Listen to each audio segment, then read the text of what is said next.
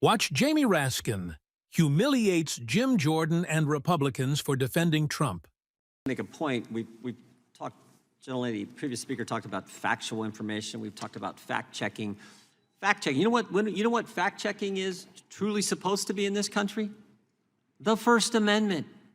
Not some expert who can sit on and look at posts and tweets and different things and say, oh, that's not factual, take it down. That's not how it works. Fact-checking is the First Amendment. Someone says something stupid, and that happens every day in this Congress. Someone says something crazy. Someone says something that's not quite true, not quite accurate. You know what the fact check is? Someone says something else, and you have debate. That's what we do in this committee every day. And this is the committee who's supposed to protect that fundamental fact. Real fact-checking is the First Amendment. Our Supreme Court has been clear about that. You don't like certain speech, the best speech for wrong speech is more speech.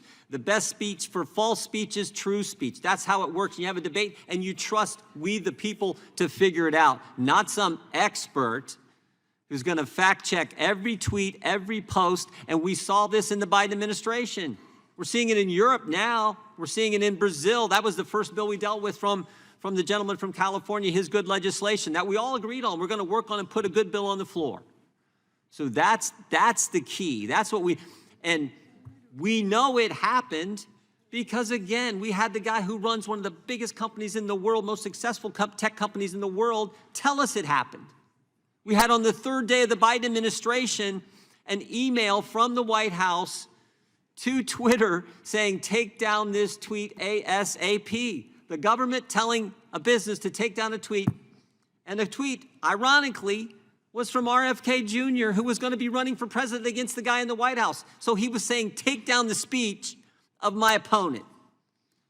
That's not how it's supposed to work in this country. That's what we're concerned about. That's why it's in our oversight plan. And if you want additional things to look at, again, put them in your viewpoints. We're happy to accept them. We'll take everything Mr. Raskin has said today, everything the gentlelady from Texas has said today. We'll take everything the Democrats said. You want to put all that in your plan? Put it in your plan. That's fine. That's how it works. But no, that's not good enough. That's not good enough. I yield back to the gentleman from California.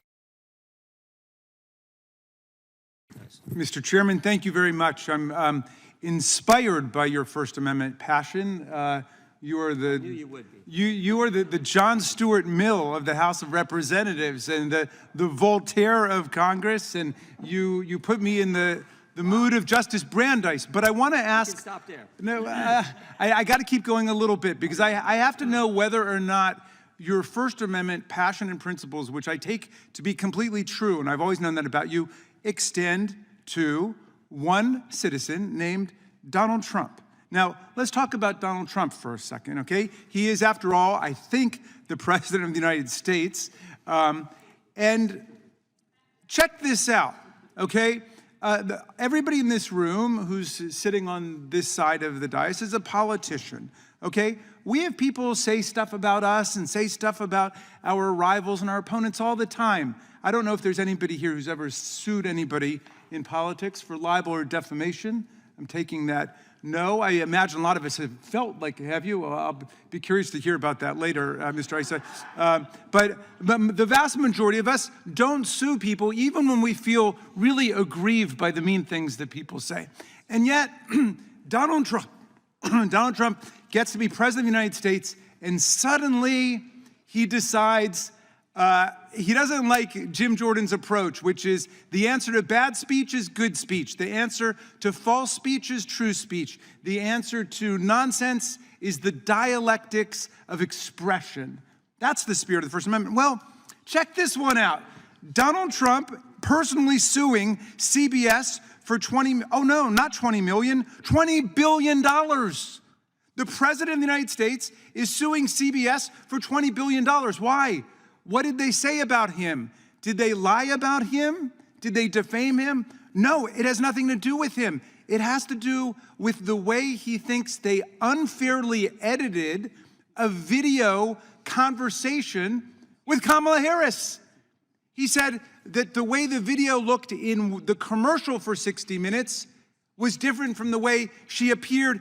The President of the United States is suing them for $20 billion and ordering the FCC, which is part of the US government and under his unitary executive theory, reporting directly to him like a monarch. He's ordered them to go out and investigate CBS. And meantime, his close friend is trying to take over Paramount. And so he's, of course, completely entangled on the business side. That's not the first time. He did it to ABC with George Stephanopoulos, which settled a suit for him for, I think that one was $15 million. The President of the United States is shaking down the media. Would you guys really be so silent and taciturn about this if it was Joe Biden doing that? Honestly, I'm just waiting for one person to answer me honestly about it. Would you guys be okay if Joe Biden had been the one who had said destroy a grand jury subpoena against the Democratic mayor of New York for corruption? Would you be okay with that? But suddenly, because it's Donald Trump, you don't want to do oversight on it. It's the most amazing thing in the world. And there are young people watching, and this is the US government. And we're going to be silent with all of these attacks on the First Amendment where the president is saying, I don't like the words you use. I want you to say Gulf of America, not Gulf of Mexico. Associated Press is now banned from this room. I'm kicking you out. I mean, come on. This is the United States of America. Will any of my friends over there, all of whom understand and love the First Amendment, say it should apply even against the President of the United States? And I know you voted for him, and you'd vote for him again if the Constitution changes and so on. But leaving all that aside, does the First Amendment not apply to him? So I find that we are in an astonishing situation right now. Will the ranker yield? I would gladly yield to the gentlelady from Texas. You brought up the Gulf of Mexico, and, you know, I just left and I was talking about facts versus fiction. I'm curious to know, do y'all agree that it's the Gulf of Mexico? Can we say that that's a fact?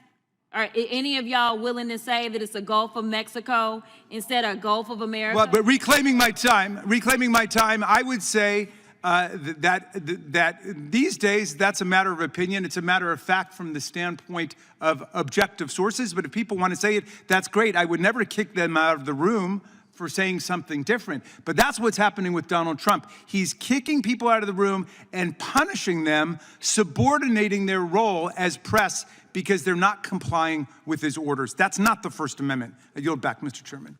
Gentleman yields back. Gentleman from Arizona is recognized for unanimous consent. Yes, Mr. Chairman, I would like to submit for the record this rather ironically titled document. It's actually put out by the Associated Press. It's a little old, it's a little dated, but I just do think it's ironic anyway, nonetheless apropos for today. It's called Report, Obama Brings Chilling Effect on Journalism. Without objection. The gentleman from